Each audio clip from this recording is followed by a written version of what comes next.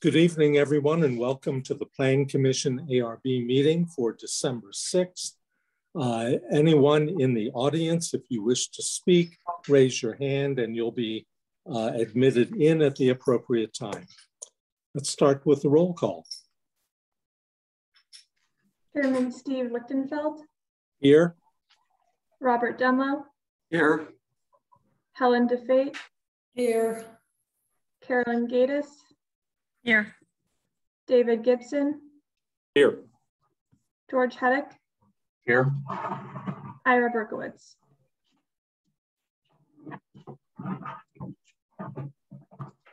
Okay. We have meetings from the previous regular, we have minutes from the previous regular meeting of November 15th. It was quite lengthy. Are there any changes to it? No. Do we have a motion? I'll make the motion to approve the minutes. Second. All in favor? Aye. Opposed? Okay, thank you. Let's move on to new business. Item number 1, 8028 Orlando. Mr. Chair, I just wanted to mention as well, we do have an item on here that is, the applicant is the City of Clayton, our Parks and Recreation Department. It is the 6th item on the agenda. They also have a Parks and Recreation Commission meeting this evening. So if we could move that to the 2nd or 3rd spot on the agenda, I don't know if we need the rest of the commission to approve that, but it would be much appreciated so she can prepare and be there in time. Sure. Great, thank you. If there's no objection, we'll move it to item number 2. Great, thank you very much. Sorry to interrupt. No problem. Okay, Anissa, we're on item number 1. Okay. The project address is 8028 Orlando Drive. This is further review of the design and materials associated with the front yard retaining wall. The 7,200 square foot property is located mid-block on the south side of Orlando Drive.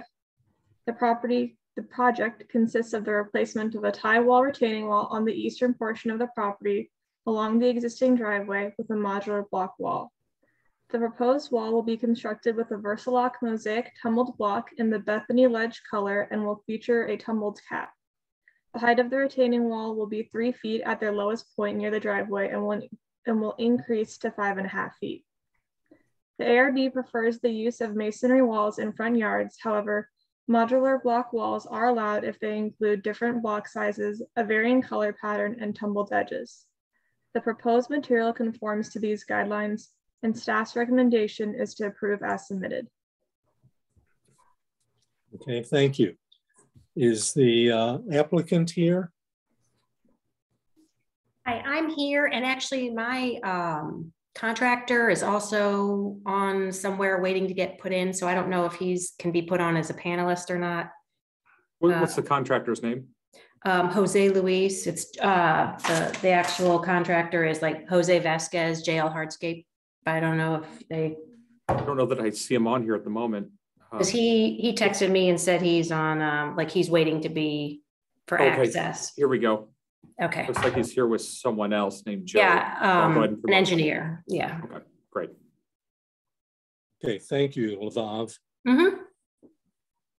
And there he comes, Joe. Yes, here we go. Okay, who would like to make further comments following the staff report? Can you guys hear us? Joe, can you hear us? Lavav, can you hear us? I can hear you. Okay. Joe, can you hear us? Yes, sir. Oh, okay. Do either one of you want to add anything to the staff report? Nope. It's a tear out replace. I don't know if I have the capability to share my screen to show you live pictures of the lot or not. You should be able to go ahead and hit the share screen button down at the bottom. Okay. And then you'll select the file that you have open on your computer. Okay, can you guys see that? Yes. Okay. So the wall on the left of your screen, this wall's going down the driveway. This is one of the walls. So we're tearing it out and just putting in new engineered block wall. It's a 3-piece system, Versalock mosaic wall.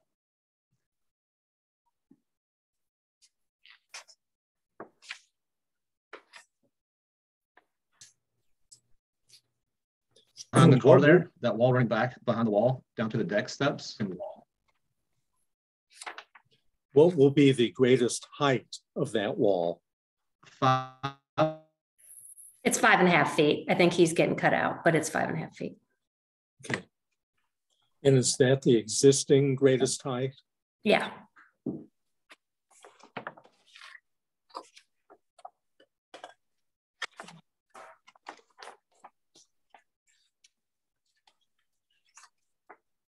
Were you able to hear me, Steve? Yeah, the answer was yes. It is exactly the same. Okay, sorry. Yeah.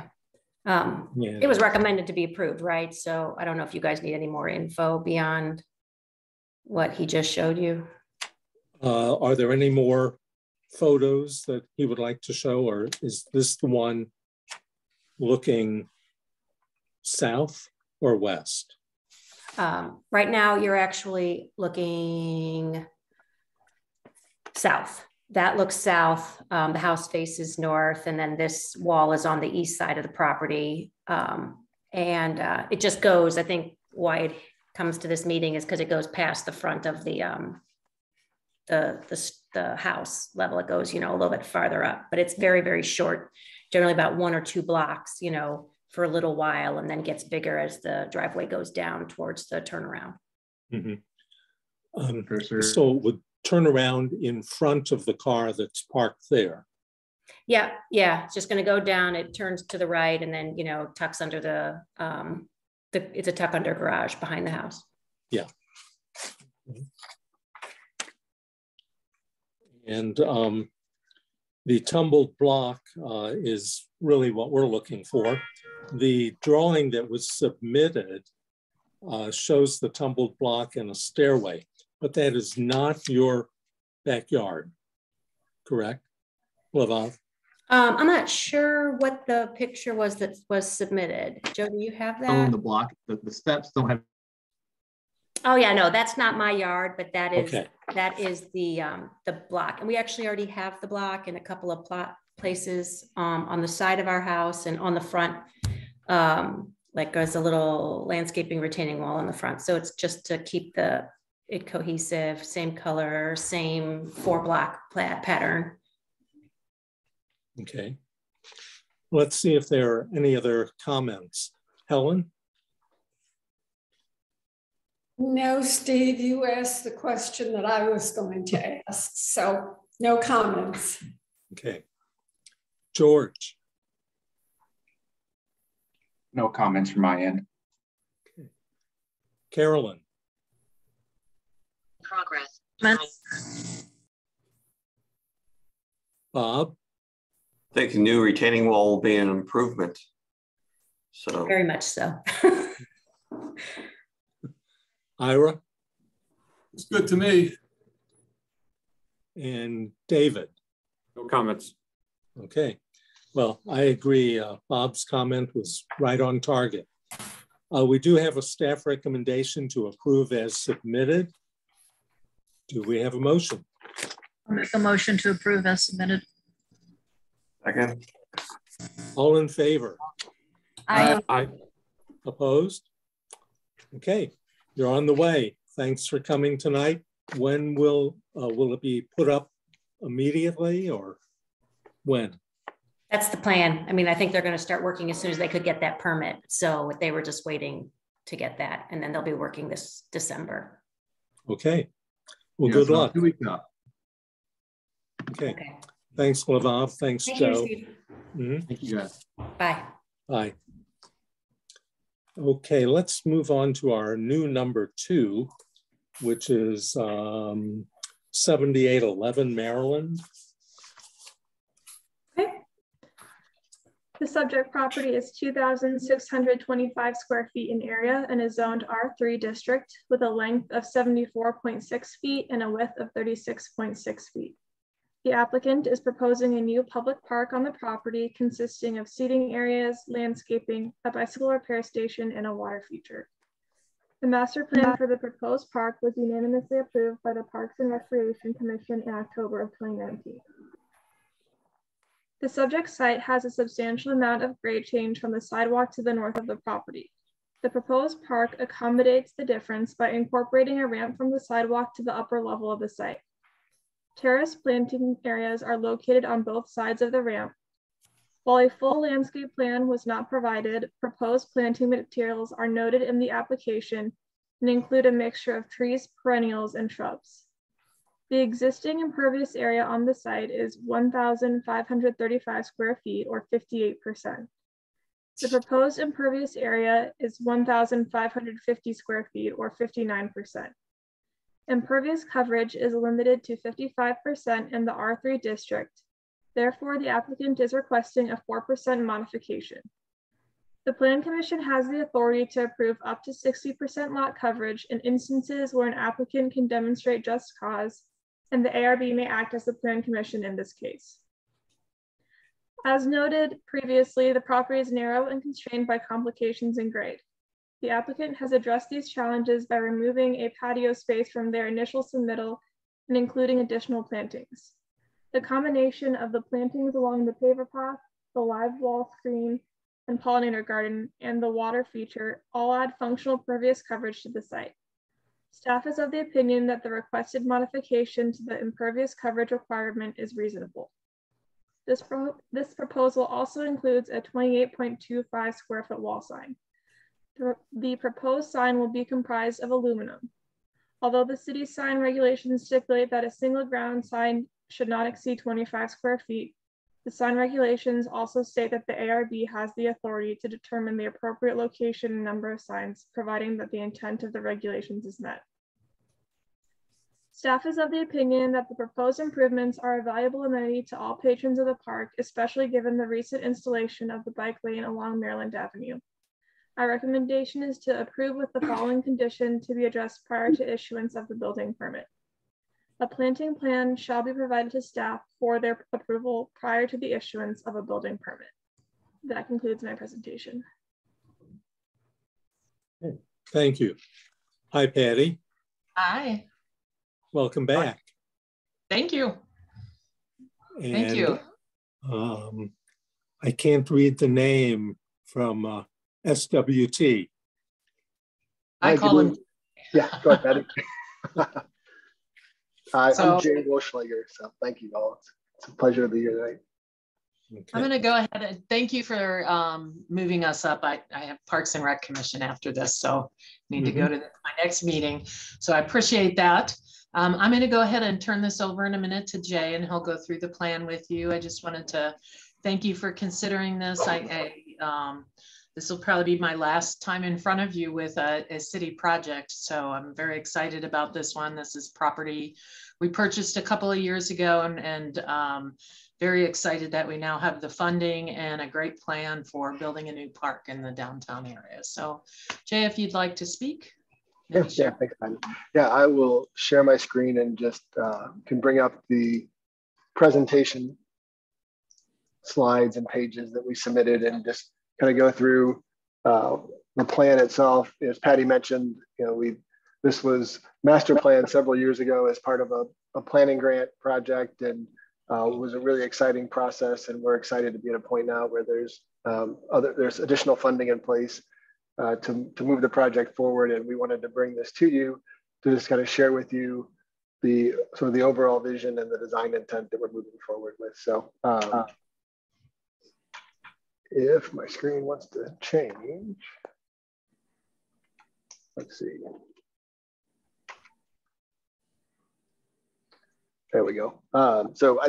Everybody, I'm sure, is very familiar with the site, but the park itself is located in what was, until just recently, the residential property lot there between the library and the Gathering Church on Maryland. So the idea of having this park that's really part of the urban fabric of Clayton, and still provide those amenities that people think of when they want to get out and spend time, but do it in a way that's a little more tied to downtown, more the central business district feel, as opposed to a passive park. So a small site, like we talked about, but really the idea is to engage with the street along Maryland and the bike lane, and provide a face and a front along Maryland, and then have an area off of the street that gets people, kind of out of the hustle and bustle, where they can sit, spend time. It's really more of an informal gathering space, but it has the potential to be a space where there could be small events or gatherings held, but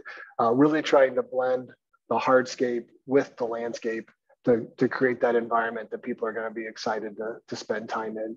So, buffering the edges with landscape on a majority of the perimeter. We have one area where we're kind of engaging the existing edge of the property, on sort of the east side, but really using the landscape to create seating, raise that landscape, create seating and create buffers, and create seasonal interest in addition to the spaces for people. So the plan's nice, but it always helps to have a little bit of the renderings and the perspective to go. So this is the view from Maryland, looking into the park. So, bringing that landscape forward and really providing a street front, but then inviting people back in and using that live wall on the back of the property, not only to help sort of soften and buffer that back edge, but to really give a backdrop as you're looking into the park. And our plan is to have plantings on that are seasonal in a way. So there is some variation depending upon the time of year that you might be visiting the park or even just driving by.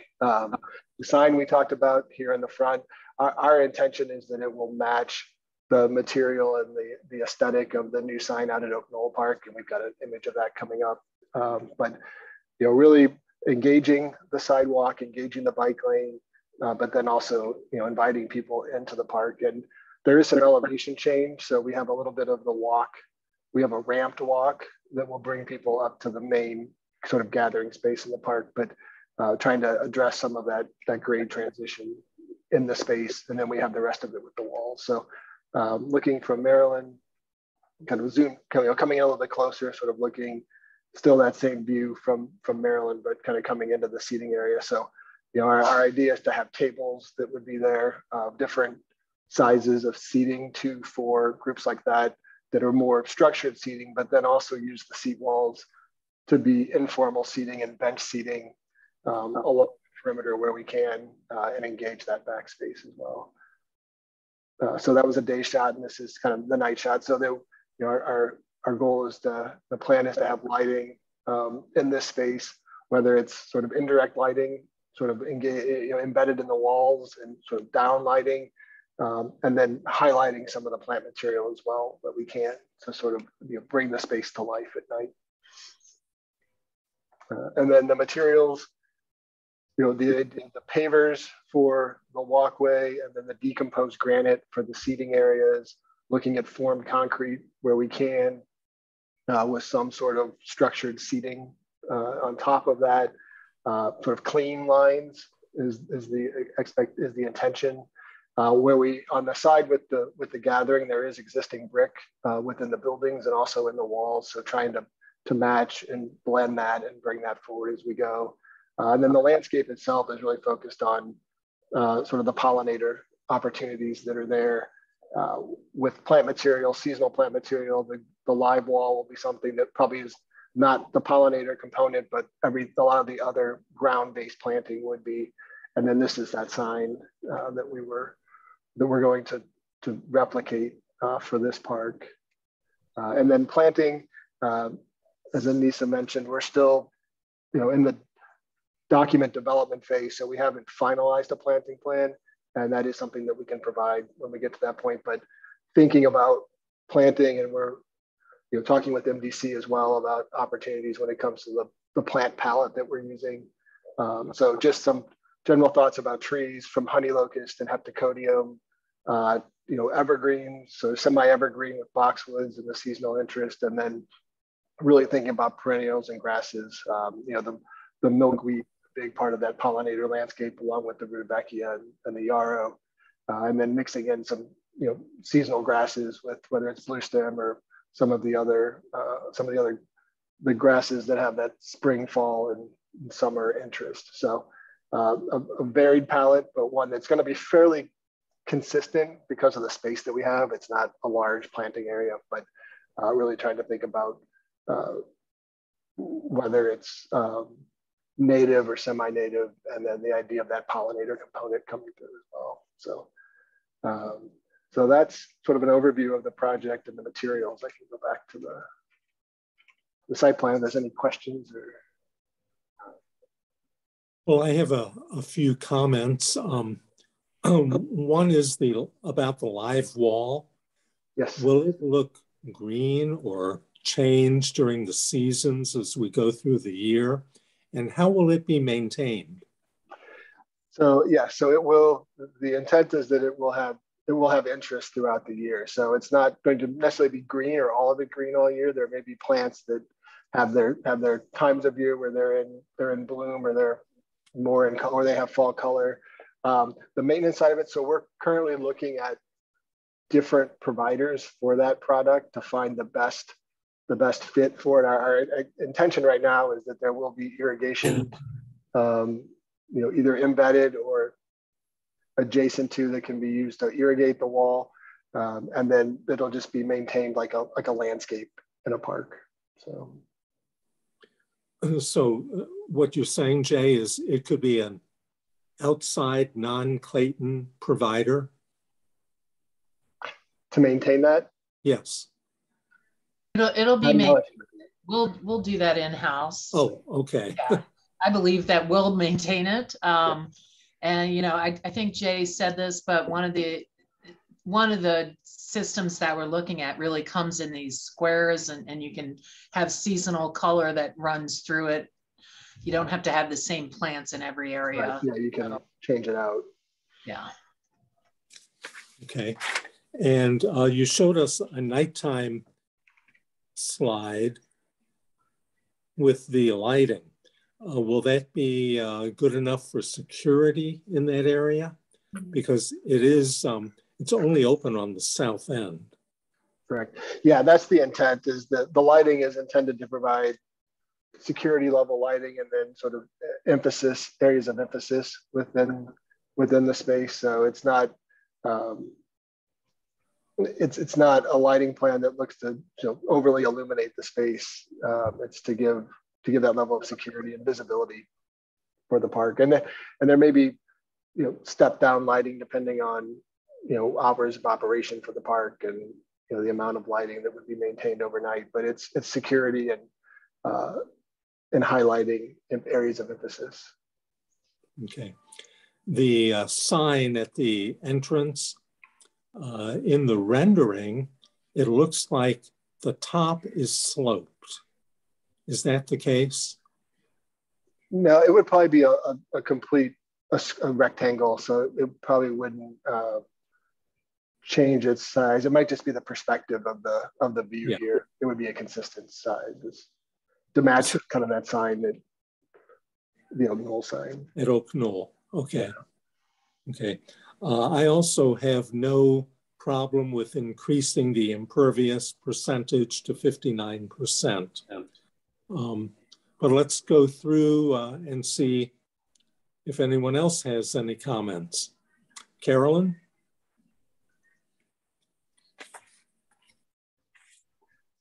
I thought I was muted. I had a question about the living wall as well. I know we did one at WashU in the main social space there, and that's pretty heavily maintained, and it is irrigated and it's inside. So the question I have about the wall, is there a design for it that's based on anything, or is it just abstract? As far as the aesthetic look of it, or the product itself? Our thought right now is that it's more abstract. It's more about finding the right mix of vegetation and color and interest. We haven't fully designed what that looks like just yet. That's part of the documentation we're working on now. Okay. I was just curious because it seems like it could be an opportunity to highlight something. Yeah, and we've talked about, are there some elements that we can bring into that There wouldn't be more than just planting, but right now the idea that it's a vegetated wall, and the aesthetic of it is something we'll work through a little bit more. Yeah, I had some questions about security too with the evergreens. Evergreens are easy to hide behind, but if it's well lit, it probably will be okay. And then I had a question about the materials. It seems like there's a plethora of different kind of materials going on. Do you think this would benefit a little bit more from being more simple in design since it's so tiny? Yes, I think we were showing, so on this slide here where we showed the different types of formed concrete, the different, we wouldn't be doing all of that. I think we were just showing the different opportunities. So whether it would be one style consistently, we wouldn't change. Okay. It's just let the plant stand out more than the. Yeah, exactly. It was kind of a tough.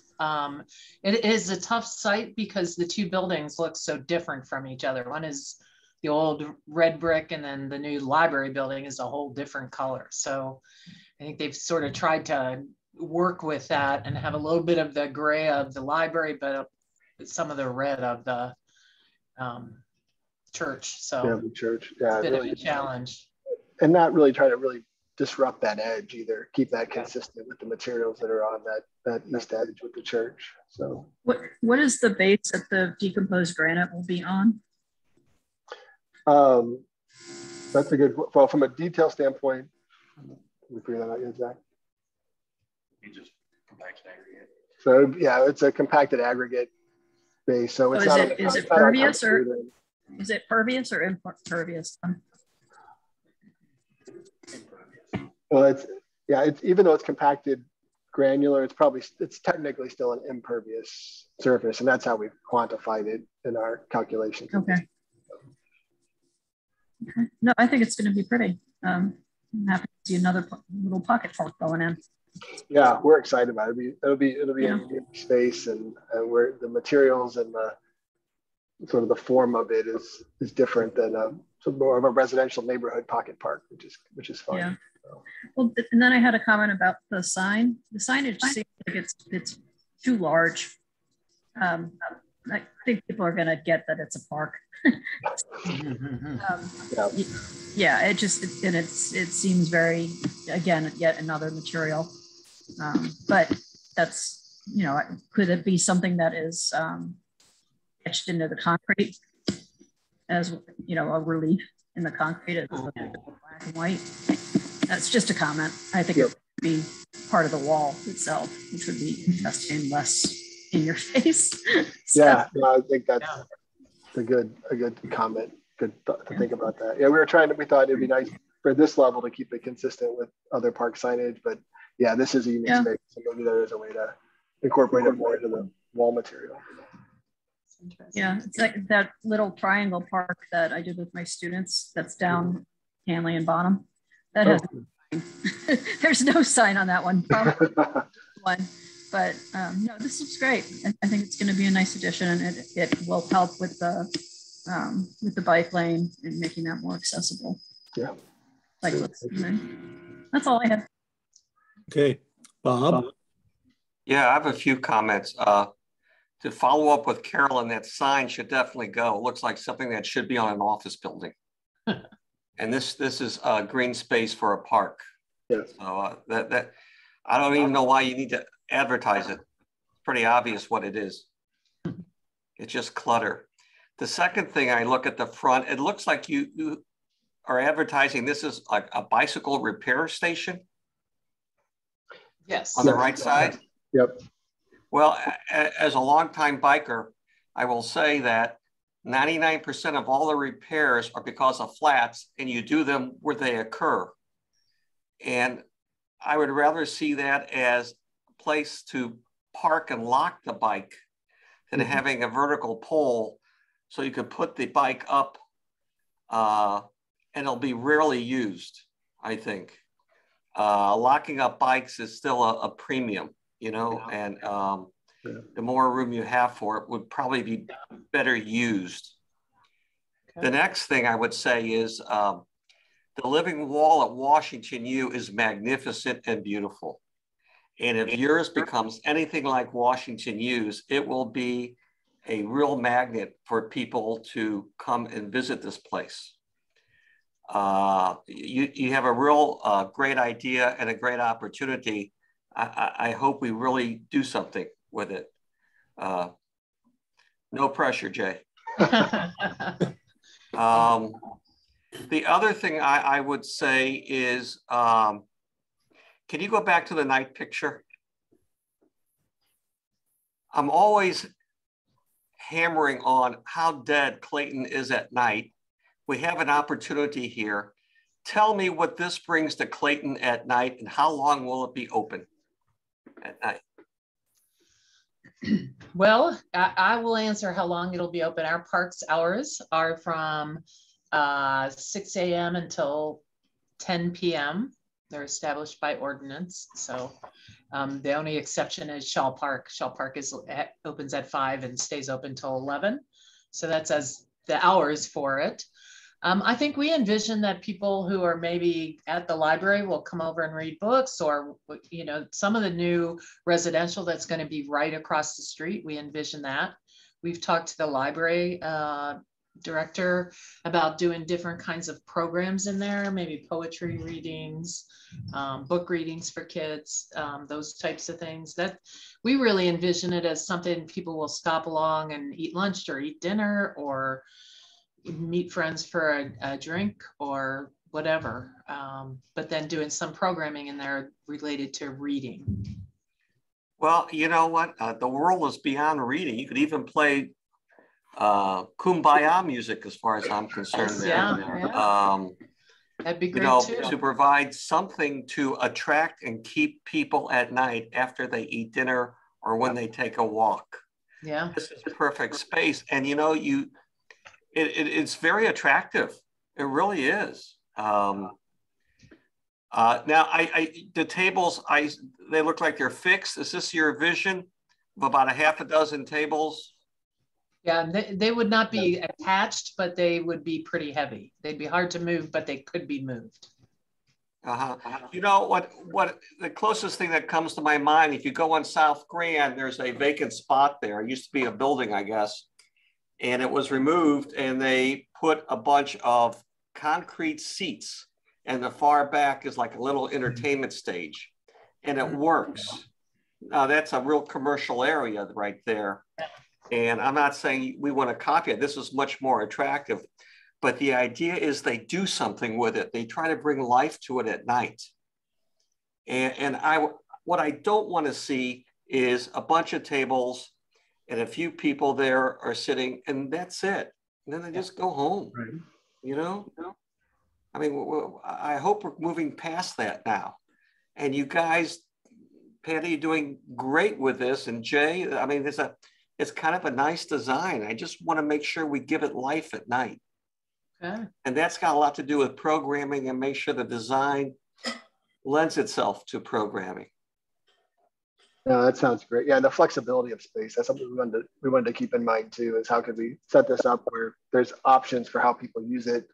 There, you know, having tables and chairs that are fairly stationary but still movable to create space for different activities is something we want to keep in mind too. So yeah, you're right. You guys were daring, you'd have a ice cream vendor there every so often on a summer night there. Yeah, a little trio set up there playing music. Yeah, for a few hours. yeah. Something to bring kids and families and whoever. Right. Yeah, we're excited. There's lots of potential. So yeah, but it's a nice design. I congratulate you guys. Thank you. George? I have no additional comments related to the park itself, but Patty, if you wanted to talk a little bit more about some of the discussions that were held on activities within there, I think that would help Bob know that CCF was looking at this as a more holistic approach. Yes. I kind of mentioned that we've met with the library a couple of different times and even talked to the church about using it for different programs. Things that Bob was talking about is very similar to what we anticipate this being a place where one of the things we're still working through is the name of the park. And so Parks and Rec Commission will be talking about that tonight and then soliciting ideas for that. You'll probably get notified the intent is to notify all our other committees and let them know. There's been a lot of discussion about this being really related to literature.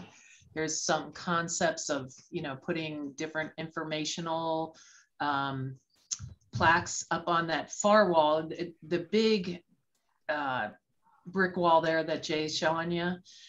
We could use that to display things that would be about different artists or authors or playwrights, and then kind of tie it into that. So there's been a lot of discussion about how to utilize it. I think it will see some good programming.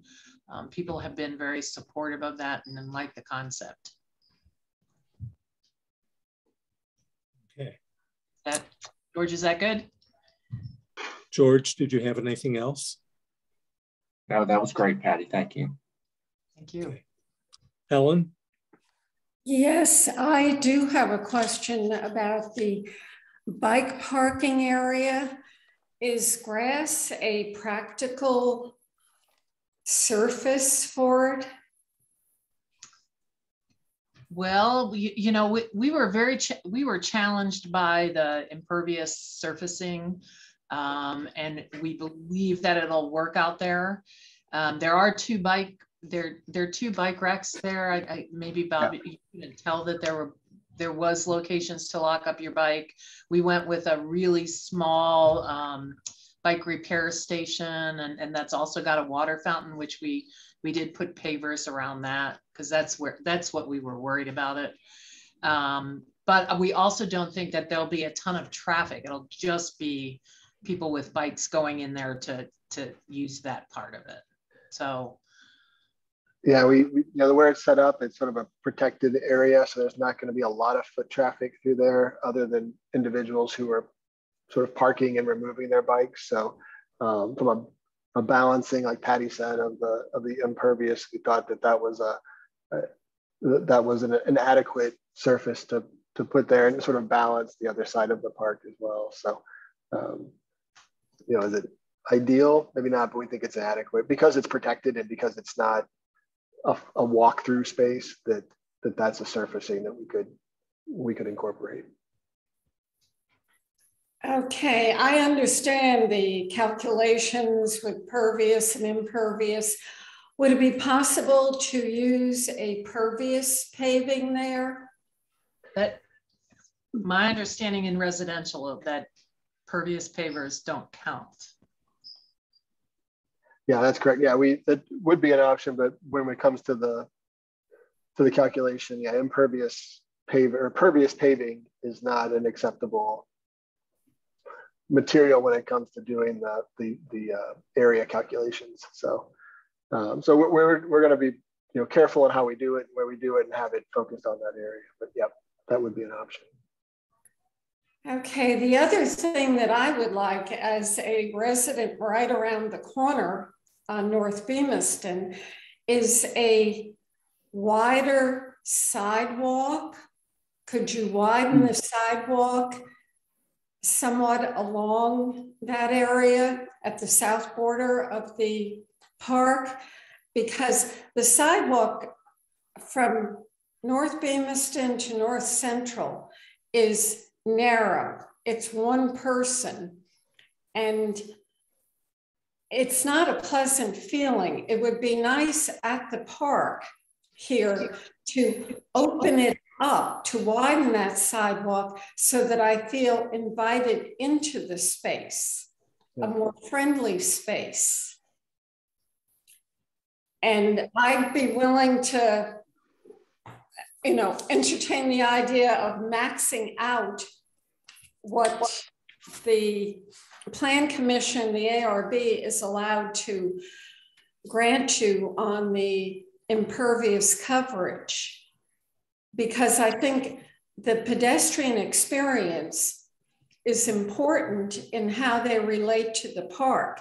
Is the park part of the pedestrian experience, or is it just an appendage that I turn right or turn left and walk into the park. So my priority would be to see more paving area along the sidewalk. Yeah. Yeah. Yeah, we're right at the, I think our current calculation is about 59%. So we're right at that 60% threshold that's allowable. So we could definitely go back and look and see how much more we could gain there. That is something, yeah, that transition to the sidewalk is an important one. And we do widen that walk, the center walk. It's hard to probably tell in the graphic, but it's narrower at the top and then it widens out as you get down to the sidewalk to try to encourage that sort of invitation into the park.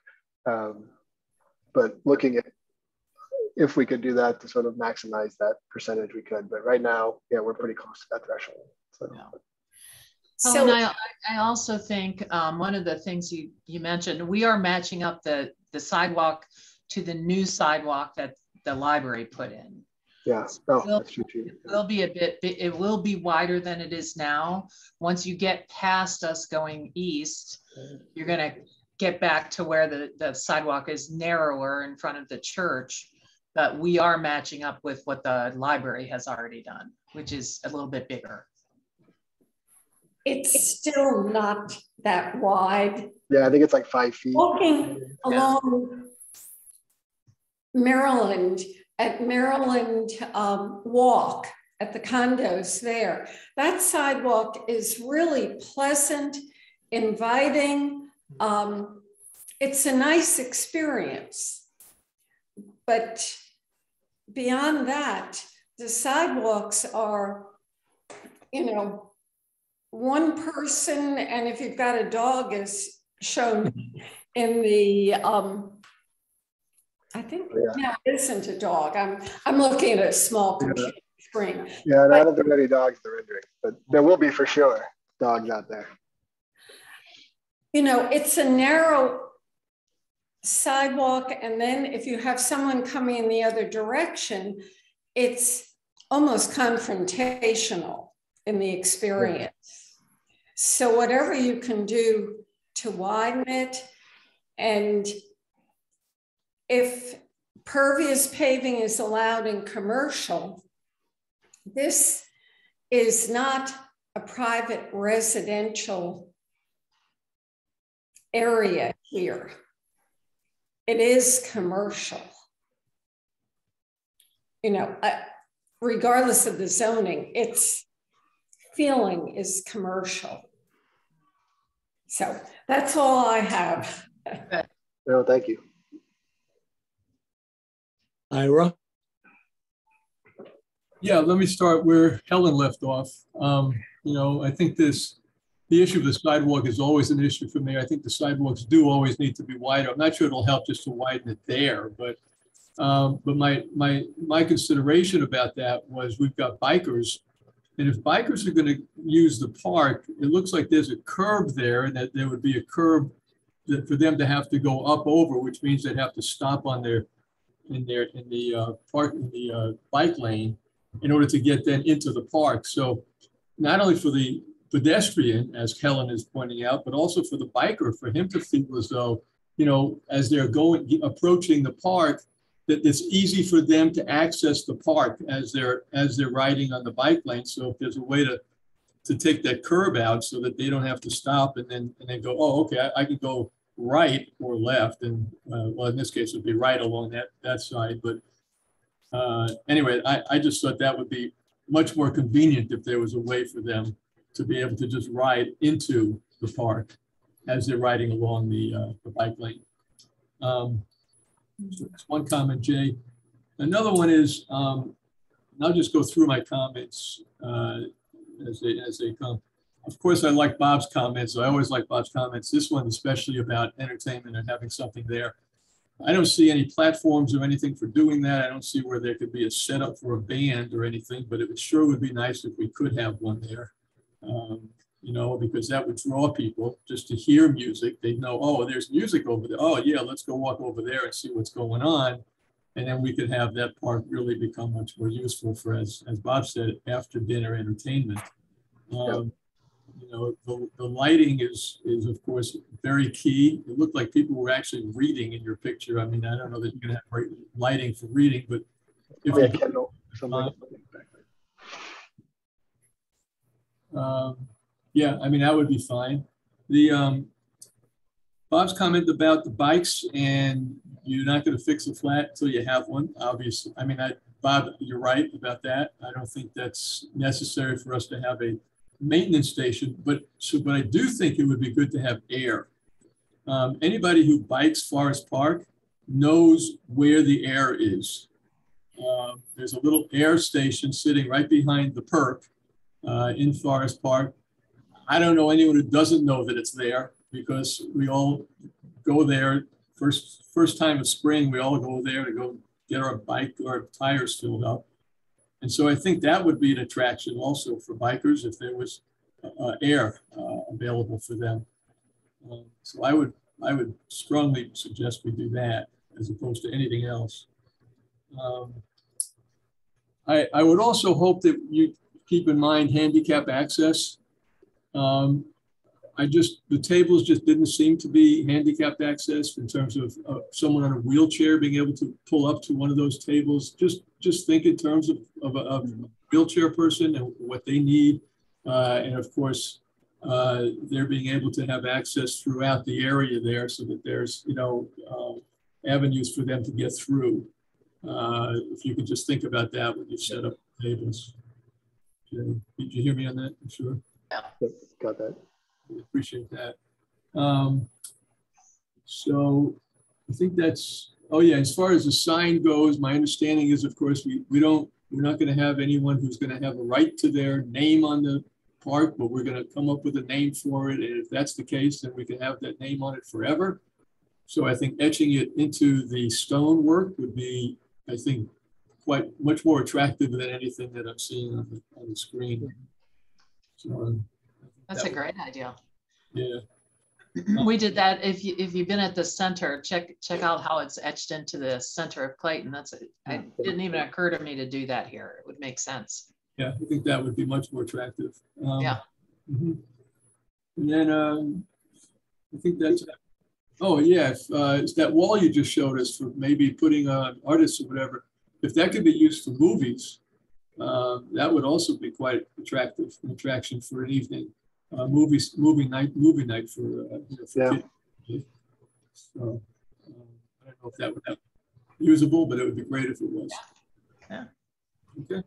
Those are my comments. Thanks. No, thank you. Thanks, Ira. David?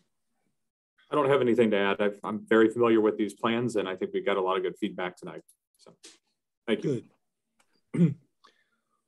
Well, Patty and Jay, do you have any comments, further comments on items that were recommended by the Plan Commission? No, I agree with ARB.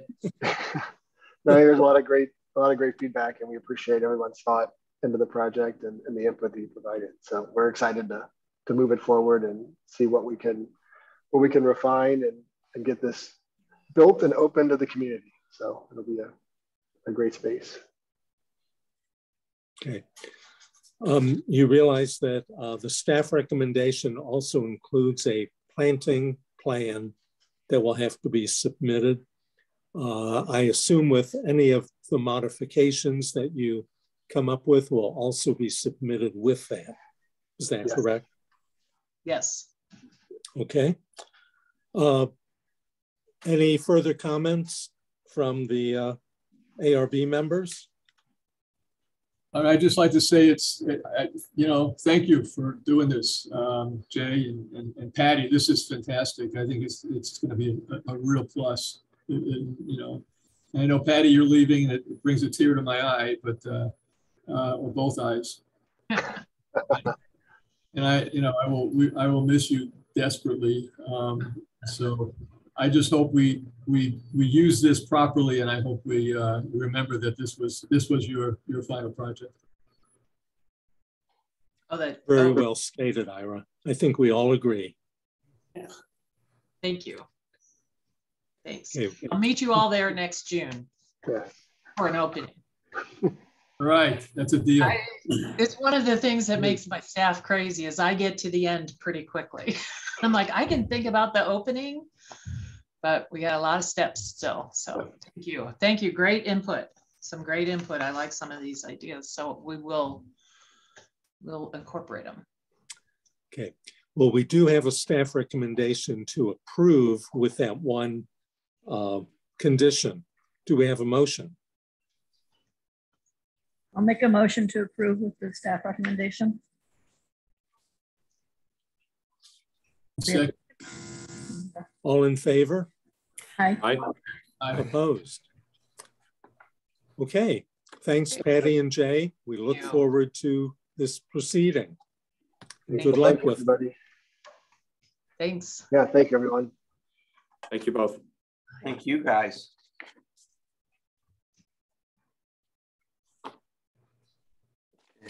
Okay, now we can go back to the previous number 2, which is 81 Arundel Place.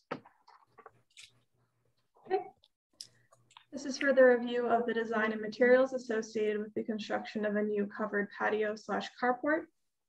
The 9,033 square foot property is a corner lot located east of University Lane, north of Arundel Place.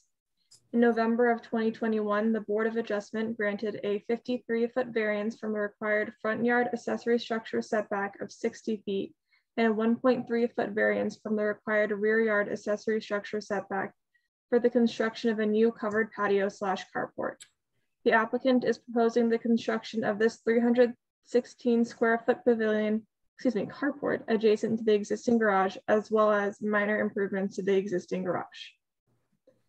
The proposed location is screened from the west and north by the existing wood fence. The proposed carport utilizes the same building materials as the existing home.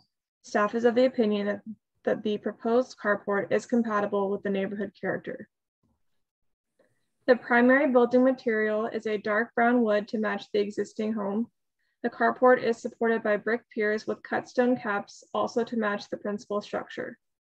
The existing doors on the west elevation of the existing garage will be replaced with a single fixed door and an in-swing door unit with exterior screen doors. Staff is of the opinion that the proposed carport is compatible in terms of mass, height, and design with the existing home and surrounding neighborhood, and our recommendation is to approve as submitted. Okay, thanks, Anissa. I see we have John McCarthy and Suzanne Langlois here, as well as Alan Ruby, who would like to make further comments. I think you're muted. Oh, there you go. Sorry. I can start. I'm Alan Ruby with Donna Box's office. We're the architects on this project. As Anissa has already said, we've tried to make this match existing materials on the house. I don't know if you can see on some of those photos on the second page of the submittal, but there's a lot of dark wood, some brackety things and those kind of elements on their existing house. So we've tried to pull some of that back. It also matches a lot of the darker wood materials that are on that existing detached structure back there. But we've also tried to understate it as much as we can. That's why it's ended up being more of a flat structure than something that lines up with that adjacent structure, because we don't want to overwhelm that back corner.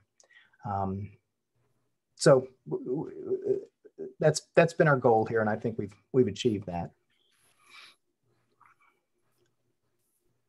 Alan, couple questions. Sure. I see that there's to be a gate selected along the alley. Yes. Replacing that existing portion of the fence. Mm-hmm. And it looks like it's a sliding gate. Is that what it is? Well, that's still in the works. Sliding gate is what we'd like to do. There's a gate there now because this the existing detached structure was originally built as a garage. So there's a gate there now. We're still exploring what we want to put there, and we're kind of under the impression that we have to come back to you for a fence permit anyway. So We kind of put that note on there to indicate to you that there will be a gate of some kind, but we don't know yet.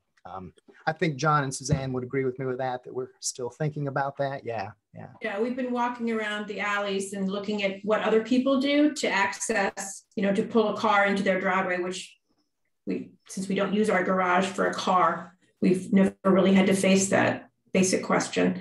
And a lot of people do use those sliding those sliding gates. They're discreet and they're on rails. And then a couple of the other things that we've seen are things that are gates that open on wheels, sort of outward. And so we're just weighing what would really kind of basically look the best there, since we're on the corner. Do you propose to use the covered patio as a carport? Yes, but probably not every day. Probably during, seasonally, certainly when there's ice and whatnot. And then also we would pull our cars in there when we go out of town. Mm-hmm. Okay. Well, the design of it that Alan was talking about, I think the minimal approach really does work in this case. It doesn't conflict with the house at all. It's picking up some of the materials like in the base of the columns. So I think it looks really quite good. That's a tough lot on the corner with the alley behind it. I know I walk by there all the time, and I think that could add functionality to the house. Agreed. We're really very pleased with his design. Good. Well, let's see if we have any other comments. Carolyn?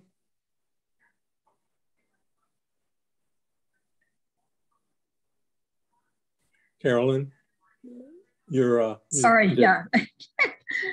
My computer makes so much noise, I didn't want to have it on all the time. So I actually did not have any comments on it. I think it looks good. Okay. Bob? No comment. George?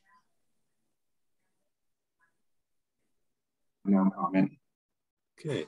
Helen? No comment. Ira? No comment. And David? No comments. Okay. Well, we do have a staff recommendation to approve as submitted. Do we have a motion? I'll make a motion to approve as submitted. Second. All in favor? Aye. Aye. Opposed? Okay. When will you start the project? Probably as soon as we can get out there, right? We have shovels and hammers in hand. Okay. Well, good luck with it. Thank you all very much. Thank you very much.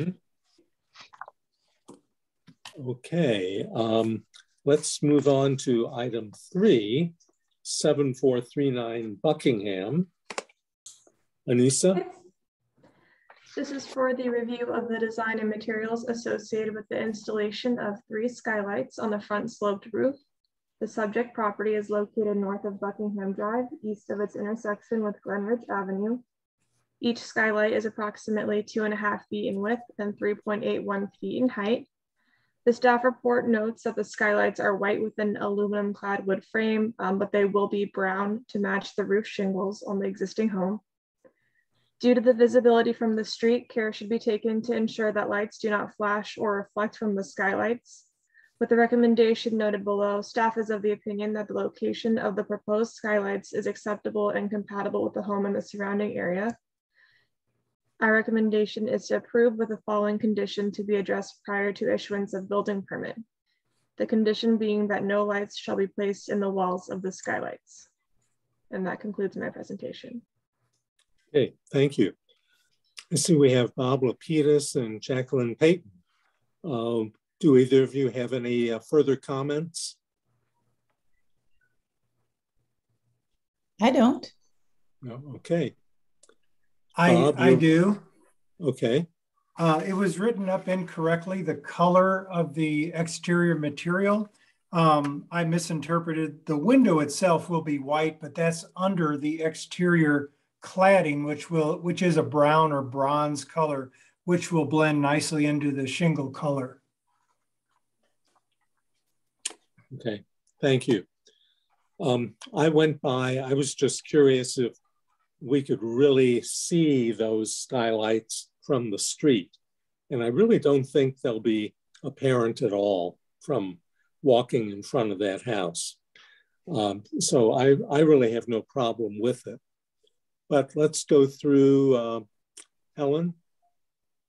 No, I think they're a great idea. I have used that exact brand on projects and they work well. So I think it's good. Okay. George? Is the third floor of this building finished, the area within the eaves? We do intend to finish it. Okay. Is any consideration given about moving some of these to the backside? I know for aesthetic purposes, 3 across the front, but it looks like there's room to get some of those on the backside of this house instead of on the front. There is an addition on the backside of this house with an overlapping roof. Would be pretty difficult. And for the proposed layout that we're working on, the skylight on the backside would end up in a bathroom and in a walk-in closet, which would not really give the natural light that we're looking for the main area up there. What is the height of that ceiling or the proposed height when you're looking at that on the third floor, the attic area? Yeah, it'll be close to 8 feet. It's a fairly steep pitch, so there's a lot of ceiling height in there. And dormers were not considered as well? We did not consider those, no. The skylights are much more cost effective. Okay, thank you. Carolyn? I didn't have any comments. Okay. Bob? Out of curiosity, are you fixing the third floor to make it into a large bedroom for the kids or a play area or to lock them up there? Or? I think it'll be more of a third floor bedroom area. Yes, that's the plan. Okay, seems very nice. Thank you. Ira? Love skylights. They're a great addition to the house. Good luck with that. I have no questions. Thank you. Okay. David? No questions or comments. Okay. You understand the staff recommendation of no lights shall be placed in the wells of the skylight? Yes, that's understood. Yes. Okay. And I think it looks good to all of us. So let's see if we have a motion. Make a motion to approve the staff recommendation. Second. All in favor? Aye. Aye. Opposed? Nay. Okay. Anissa, did you get that? Okay, thank you. Okay, well, it did pass, so good luck with it. We'll look forward to seeing it if we can see it from the street. Okay, thank you. We appreciate it. Thanks for coming. Welcome. Okay, let us move on to item 4, 132 North Brentwood. Okay, this is for the review of the design and materials associated with the construction of a single family residence. The 6,303 square foot site is located on the east side of North Brentwood Boulevard between Maryland Avenue and Westmoreland Avenue. On June 21st, 2021, the Plan Commission and Architectural Review Board reviewed and approved a 3-story single-family residence with an attached front entry 4-car garage. The applicant wishes to modify the design of the single-family home. The proposed modifications include, first, that the primary building material will remain brick, but instead of a red brick, an off-white brick will be used along with buff limestone. And second, that the window configuration above the garage door on the front elevation will be modified to include 2 windows with a French door and balcony. The approved primary building material for the proposed home was red brick with buff-colored stone accent materials.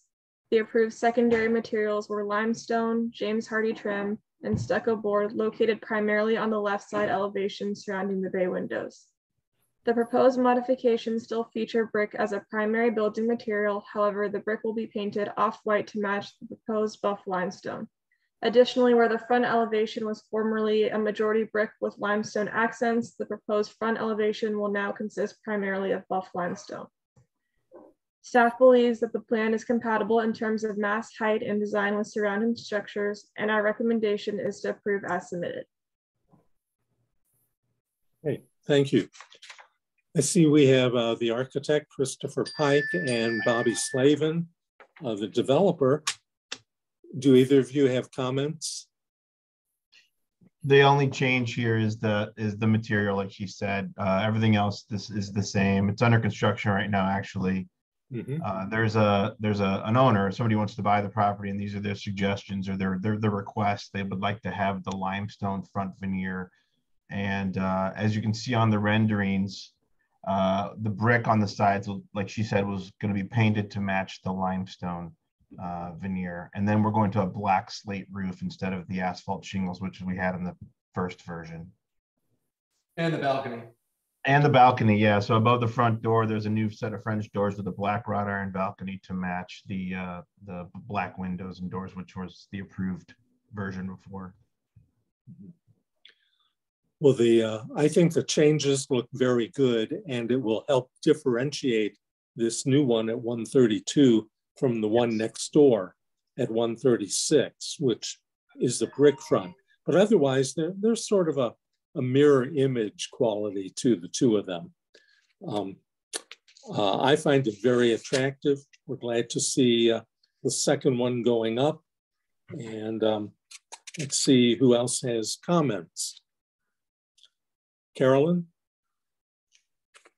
I didn't have any comments on this one. George? No comments. Helen? No comment. Yes, I do have a question. Is the stucco on the left side elevation, is that stucco board or true stucco? Stucco board. Yeah, stucco board. It's actually right here. It's going to be painted to match the brick and the limestone as well. Okay. Are the stucco board panels large enough? I mean, you will have seams. It's the same stucco board that's on 136 North Brentwood. It's exact match. So there will be boards over the joints. It'll be battens over the joints, correct. Okay. My concern is that there are too many materials. When you look at the left side elevation on sheet A7, the predominant material is the stucco board, then the brick, and then the limestone. And then of course you have glass as a fourth material with the windows. I know that older buildings, older residences have limestone fronts, and then when they turn the corner, they switch to brick, and it's all painted to match. But here you've got a large area of stucco board in addition. That left side elevation, when I just think about adding the battens to cover the joints of the stucco board, that makes it even more visually chaotic. Well, with all of the materials being the same color, we felt like it was more of a texture thing you're going to be seeing. And they're also box based. Yeah. So, I guess we also felt like, since stucco was also considered a masonry material, it's a full masonry house. I understand what you're saying, but I feel like it's the color being all the same across the face of it. You're just seeing a texture, really. difference between the surfaces. And again, we had that on the other house too. We've got brick, stone, and stucco board. And again, on box bays all around Clayton, stucco board is a heightened material than a lot of people, other options that are much cheaper. Outside of throwing in steel and doing limestone or brick box bays, this is the next best thing. And I think that'd be pretty over the top to try to do anything but stucco board. Most people just do hardy. So I think it's pretty elevated. And I think it blends in nicely with the atmosphere of the houses in the neighborhood that we're creating over there. Whether it's true stucco or stucco board, when you look at that left side elevation, there's 3 dominant materials. And I know Clayton describes as the primary material and the secondary material. On that elevation, it's hard unless you take, a scale and kind of measure, okay, the stucco is more than the brick, and both taken individually, they are more than the limestone.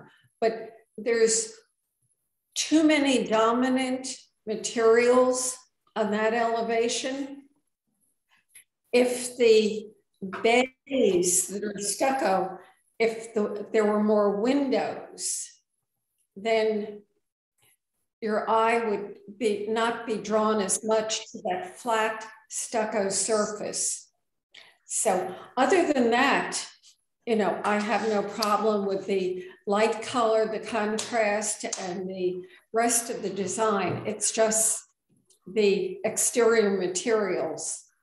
Sure, thank you. And we can't really, in terms of a townhouse style home, I think we have more windows on the side of our houses facing, another home 10 feet away than probably anybody has ever done in Clayton on both houses. So we wouldn't want to add more windows. We actually intentionally went through and made sure these windows didn't line up as little as we could. But, I think with the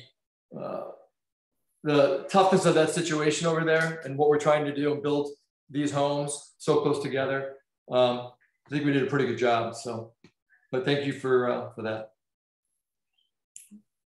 Nothing further.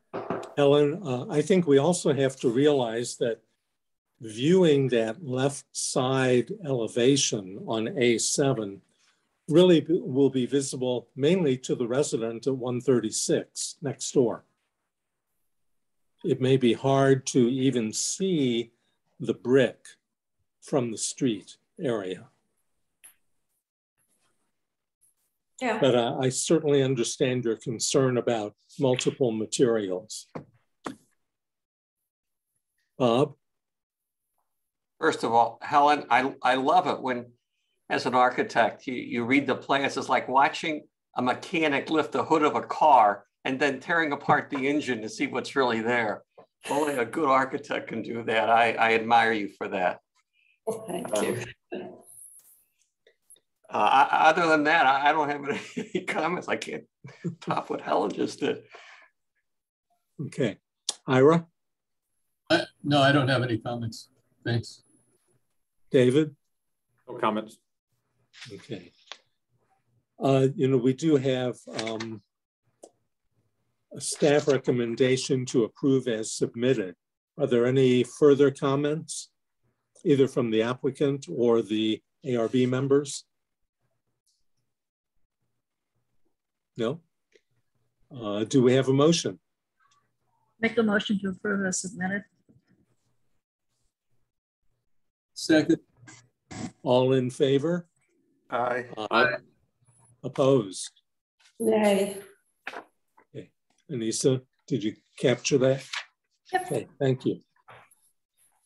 Okay, well, looks like you're under construction and the material changes in review and passed. So good luck with it. Thank you very much. Appreciate it. When will the house essentially be ready for occupancy? I would say a year. The way materials are, that'd be great. Okay. Well, good luck with it. Thank you. Glad to hear you very have much. a purchaser. Yeah, that's nice. Thanks. Thank you. Okay. Let's see, we can now move on to item, item 5 has been requested to be removed, correct, Anissa? That's correct. They requested a table until the December 20th meeting. Okay, do we need to vote on that, or does there, we do vote on it? Thanks, Stephanie. Okay, 8101 Clayton Road, that's CVS Pharmacy. They've requested to be removed from tonight, tabled, and moved to the next meeting. Do we have a motion to that effect? Make a motion to table item number 5 to the next meeting on December 20th. Second. All in favor? Aye. Opposed? Okay. Then we can move on to 8416 Kingsbury, and items 7 and I believe 8 pertain to that. So let's start with number 7, which is the site plan review. The 10,200 square foot site is located on the south side of Kingsbury Boulevard between Gay Avenue and Crandon Drive. The property has a zoning designation of R2 single family dwelling district and is located in the Clayton Gardens Urban Design District.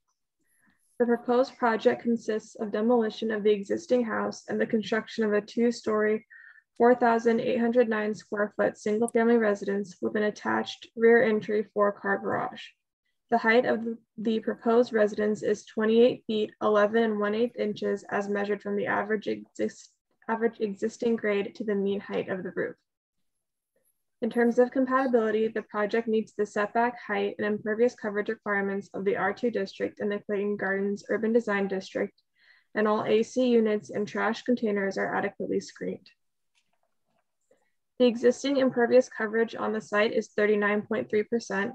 And the proposed plan increases this coverage to 52.7%. The proposed runoff is 0.63 cubic feet per second, which represents a 0.06 CFS increase. A dry well in the rear yard is sized to handle the increased runoff, and a 6-inch tall microberm is located in the southeast corner of the property. The Public Works Department finds the stormwater plan acceptable. The proposed landscape plan provides a surplus of 157 square feet of canopy coverage. The applicant has proposed 11 new trees, 4 of which are native, for a total of 36.4%. The height, setbacks, and impervious coverage are in conformance with the requirements. Stormwater will be adequately managed on site, and the landscape plan features plantings that are appropriate for the size of the site. Staff is of the opinion that the project meets the criteria for site plan approval. Our recommendation is to approve with the following conditions to be reviewed and approved by staff prior to the issuance of a building permit. First, to ensure the future maintenance and operation of the dry well, the applicant shall record the approved site plan with St. Louis County and submit proof of recording to the city. Second, removal of the trees along the neighboring property lines must be coordinated with the neighboring properties, and documentation of such agreements must be submitted to planning staff prior to the issuance of the demolition permit. That concludes my presentation. Okay, thank you. I see we have Lauren, Blair, and David here with us tonight. Oh, thank you, David. That's what we were looking for. Just quickly, I was going to start by presenting the overall picture on the site, and then Dave was going to address the drainage like he always does. Great. Yeah, so this is a new home on a lot that slopes to the rear with an at-grade rear entry tuck under garage. The trash is located off that driveway turnaround. You can see Dave showing that to you. And we have our air conditioners over on the right side of the property. You can see that on our nice landscape plan prepared by Baxter Gardens. And I think Dave is going to talk about the drainage on the site. He's made one of his nice diagrams up to explain that tonight. All right, so I'm David Voles, and I'm going to talk about the drainage. I switched north on you from the landscape plan. So on this drawing, north is actually up and Kingsbury Boulevard is right here. You can see the driveway coming in with the rear entry tuck under right here. And basically all of the drainage flows from Kingsbury towards the southeast. So this area is where all the water currently flows. I'm gonna go to a drainage area map. There's two drainage area maps. Let me come out a little bit. So on the left here, that's the existing drainage area map. And you can see the area in blue. What we did is the southern property right here actually is bisected by a property line. So what we did, even though all the water flows to this line, we wanted to see how much affected this property and how much affected this property.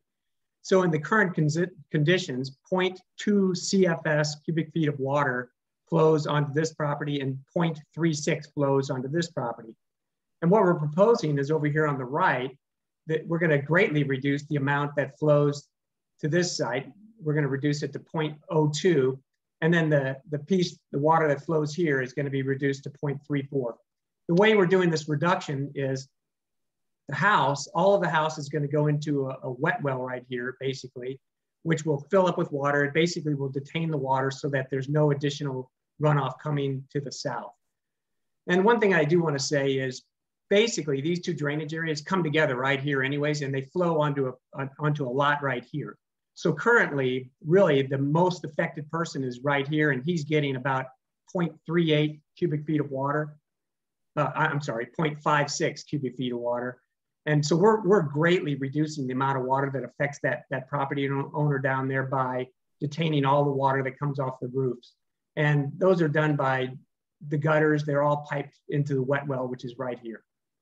So with that, I'd be happy to answer any questions on this or the site plan.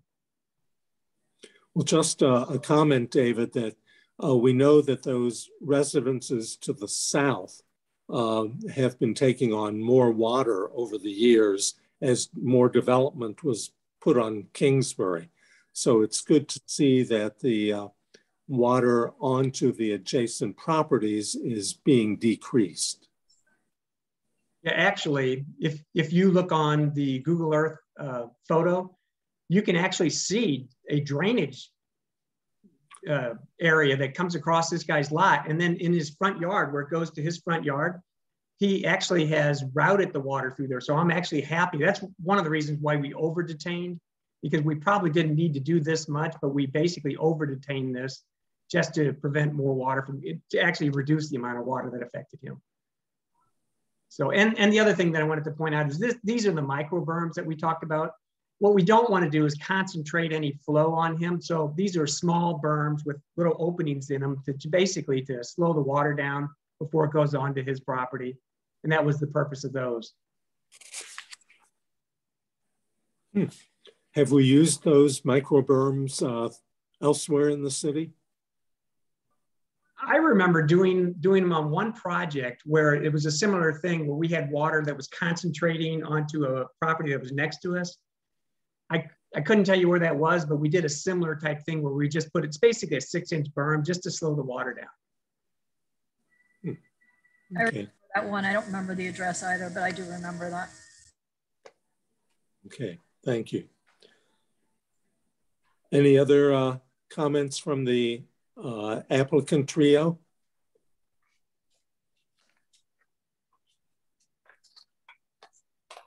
Okay, well, we're looking at site plan review right now. Of course, water drainage is always one of our main issues. And thank you, David, for explaining it. I feel better. I did not see the micro berms on your proposed drainage area map, but I did see them when they showed up green on your previous screenshot. Let's go around. Carolyn? How close are the air conditioning units to the property line? I didn't measure it. They are about 6.5 feet. The setback is 6.5 feet, so they're probably 7.5 feet or so. Okay. And then how are you addressing the removal of trees that are not actually surveyed on your property? Yeah, there is screening around the air conditioner units, and it's shown on our architectural plans.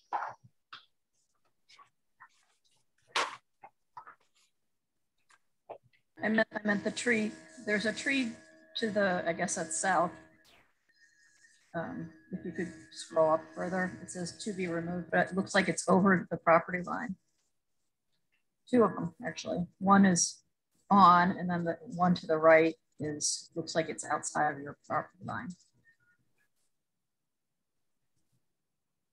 Yeah, I understand that Blair and Mark are gonna, Blair and Scott are gonna reach an agreement with the neighbors as staff requested on those trees to be removed that are right on the property lines. That's really all I had. And we do have screening of those air conditioners on our sheet 8.5 of the architectural plans.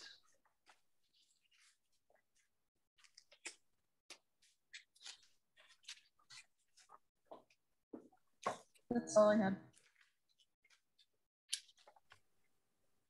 George? Had no comment.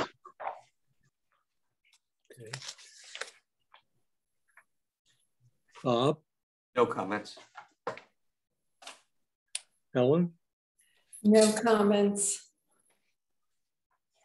Ira? I don't have any comments. Thanks, Steve. David? No comments or questions. Thank you. Okay. Well, we do have two staff recommendations, conditions rather. Are you in agreement with that, Lauren, Blair, David? I think so, yes. Okay. Any further questions on the second one, the removal of the trees along the neighboring property line? No? Okay. Well, we assume you're in agreement with the two conditions of the staff recommendation. Do we have a motion? I'll make a motion to approve with the two staff recommendations. Second. All in favor? Aye. Opposed? Okay. Then we can move on to item 8, which is architectural review. Okay. Once again, this is for 8416 Kingsbury Boulevard. Review of the design and materials associated with a new single-family residence. In terms of compatibility, the homes located west of Forsyth Boulevard in Clayton Gardens are a mix of 1 to 2 stories in height and are constructed of brick with siding as a secondary material. The basic massing of the proposed 2-story home is articulated on all sides with windows and doors. The proposed massing and appearance are similar to other newly constructed homes in the area. As required by the Clayton Gardens Urban Design District, to avoid tall, blocky building forms, new structures shall incorporate a transition in height and scale through one of 6 possible techniques. The proposed house is not significantly taller than the existing homes to either side and steps down to meet the height of the home to the east. An approved mitigation technique is stepping down to meet the approximate height of the adjacent structure. Existing homes within the Clayton Gardens Urban Design District have traditionally been dominated by the use of standard size brick in a variety of red tones. However, the brick has been painted in some instances, including recently constructed homes along Kingsbury Boulevard. The proposed house utilizes white painted brick as the primary building material. Staff is of the opinion that the proposed building materials are compliant with the design district requirements and are compatible with the neighborhood. There is a 9-foot wide paved driveway which is proposed on the east side of the home that leads to the proposed at-grade rear attached garage. The proposed driveway is comprised of exposed aggregate concrete.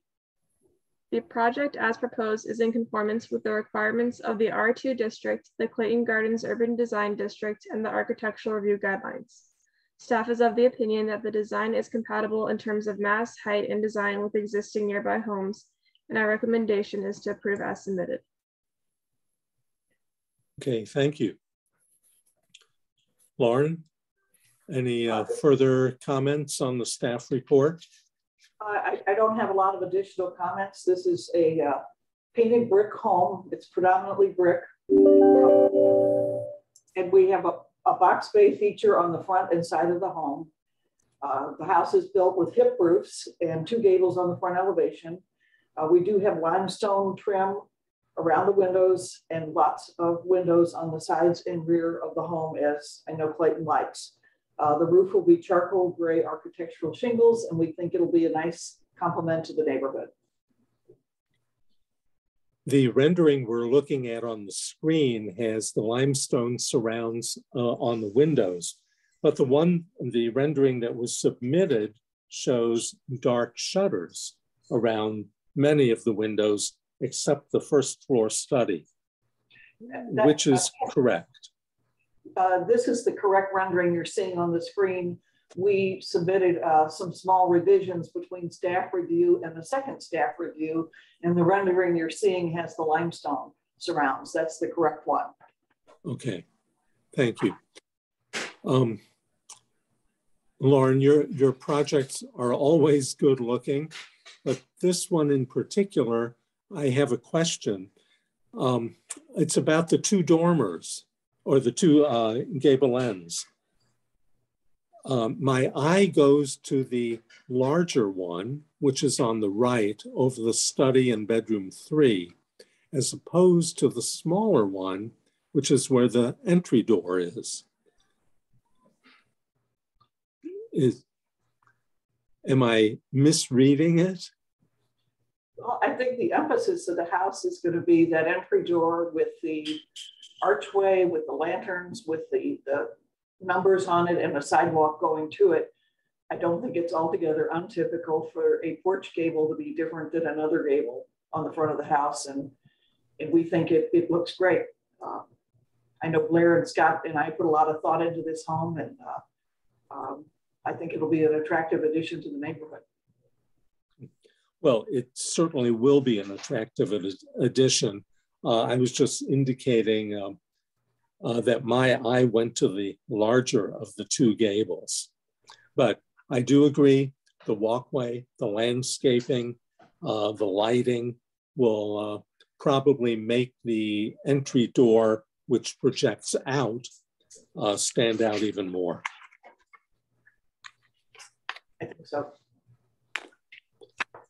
Let's go around. Helen? I like it. I think it looks good. You know, no other comments, just well done. Okay. George? No comments, well done. Carolyn? I didn't have any comments either. Bob? No comments. Ira? No comment. David? Looks great, no comments. Okay. Well, again, Lauren, you've come up with a terrific house. It'll fit into the neighborhood beautifully. And thank you, David, for giving us the drainage issues. And Blair, when are you going to get started? I think he's having a hard time connecting. Oh, he's had a computer problem. But he said to say thank you. He said to say thank you. We see him smiling. Okay. Oh, there he is. Good. Okay, well, let's see if we have a motion tonight. I'll make a motion to approve as submitted. Second. All in favor? Aye. Opposed? Okay, you're on the way. Thanks very everyone much for coming tonight. We'll watch it go up. Thank you. Okay, thanks. Okay. Well, Anissa, anything that you would like to bring up for us to think about upcoming December 20th meeting? We will have a few things on the agenda. The expansion of the entertainment district and the downtown district overlay will both be on that agenda, as well as a few other projects that have been submitted recently. So Looking to be a pretty full agenda. Steve, I know we discussed it on the phone a little bit, but think your presentation will be in January, just with how many projects I'm anticipating being on that meeting. Okay. Well, we will look forward to that meeting and hopefully have some good discussions on the entertainment district and the downtown overlay. So thank you. Any further comments, Helen? No, nothing further. George? No comments. Carolyn? Nothing further. Bob? Nothing. Ira? Yeah, just one comment. I spent 5 days over Thanksgiving in Austin, the city of Austin. And, you know, it really was a prime example of a city that is in the midst of developing some really very unique and beautiful architecture. And so if any of you have a chance and have not been down to Austin, see the Google's new building or Facebook's new building, you know, these are wonders to behold because, you know, I know we're always talking about wanting to see unique kinds of architecture in our city. And, you know, I think if somebody was wondering, gee, what does that mean? What does it mean when we say we'd like to see something that's impressive or unique? I think Austin seems to have a whole bunch of those. You know, Chicago has the 150-year-old buildings, but boy, Austin has those new ones, and some of them are really magnificent, and the skyline is just looking incredible. So I'd encourage anyone who has a free weekend to just fly down there and enjoy Austin. Ira, that's a very good point. And I would bring up, hopefully all of you have seen the Clayton Connection. That Wednesday evening, there's going to be at the center, a discussion and presentation about a potential proposal at the corner of Carondelet and Bemiston Avenues. And David, you may have something else to say about that. I only saw what was on the Clayton Connection about that. No, you're absolutely right. So the community conference is the first step in a PUD process. And so they are going to move forward with a PUD. I believe it's a 3-story Sterling Bank on the first floor to replace what's currently there. And then I believe it's 15 stories of multifamily. There'll be, you know, high-end apartments that will be above the proposed 3-story bank. So with this community conference, this is a time for everyone notified within 1,000 feet and the community generally to give the developer any comments, feedback, you know, ask questions and get answers for those things. It's their first presentation to the community. So if anyone from the commission or the Board of Aldermen does attend, we tend not to participate in this particular meeting. This is set up by the developer, run by the developer, and really a chance for them to engage the community. In the end, they'll put together a report that will summarize the community conference, and they'll submit that along with their application package when they make a formal PUD proposal. I also don't know if with this particular project, Susan, maybe Anissa knows, whether or not they're going to come to the Plan Commission ARB for a conceptual review prior to their formal submittal of the PUD, which we see with a lot of development. So yeah, I'm definitely excited to see what comes out of that meeting on Wednesday.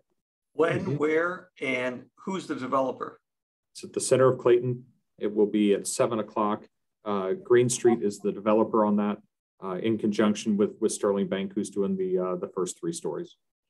Do you know who the project manager is on that one at Green Street? Is it Joe Oliver? That I do not know. I could try to pull it up here, but I'll find out. Anyhow, yeah. Green Street has a pretty good track record of being innovative, willing to go into the city and really do some interesting things. Like you could see them in the Grove having a big presence. Mm-hmm. Yeah. Yeah, they are really going in that direction, Bob. It's good to see. And the owner's a biker. We should ask him about the park. David, you said it was 7 I'm sorry, o'clock. it's 6 o'clock. Here, Yeah. let me do this real quick. I will just share this very quickly so everybody can see. This is the invitation postcard that was sent out for it.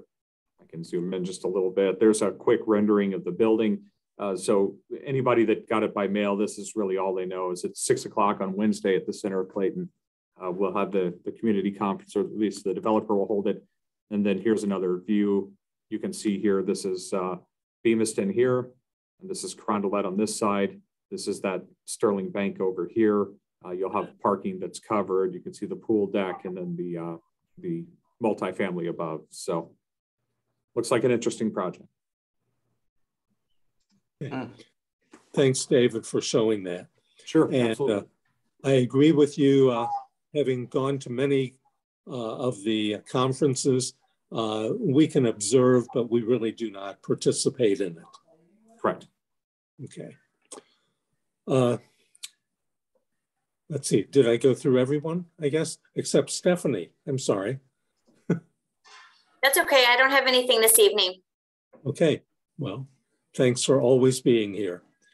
Okay, Anissa, I think we're finished. So everyone have a safe and healthy 2 weeks, and we'll see you back here on the 20th. Thank you. Okay. Thank you all very much. Good night. Take care. Bye-bye. Thank you, Anissa.